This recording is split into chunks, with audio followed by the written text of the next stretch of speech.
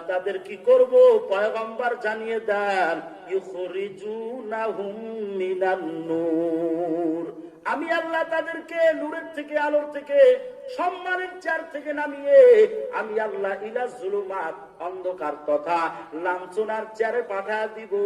তার জ্বলন্ত প্রমাণ কিছুদিনের ভিতরে আমরা ইউটিউব মিডিয়ার ভিতরে দেখছি। টাকলা মুরাদ এটার জন্য চূড়ান্ত প্রমাণ, ঠিক কি না?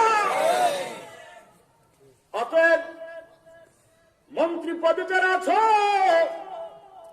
1400 বছর পূর্বে আল্লাহ যা ফতোয়া লিখেছে, টাকলা মুরাদের থেকে শিক্ষা নাও। যারা আল্লাহর কাছে, আল্লাহর তাওহীদের প্রতি ঈমান আনার পর আল্লাহর পক্ষে যারা কাজ করবে, তাদেরকে আল্লাহ জান্নাতের দিকে নিবেন।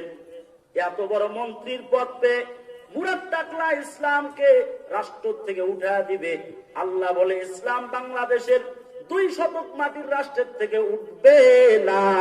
তোমার মন্ত্রী পদ থেকে তোমাকে বিদায় দিয়া জুতার পিটান সারা বাংলাদেশের মিডিয়ায় আমি আল্লাহ প্রচার করে দিব।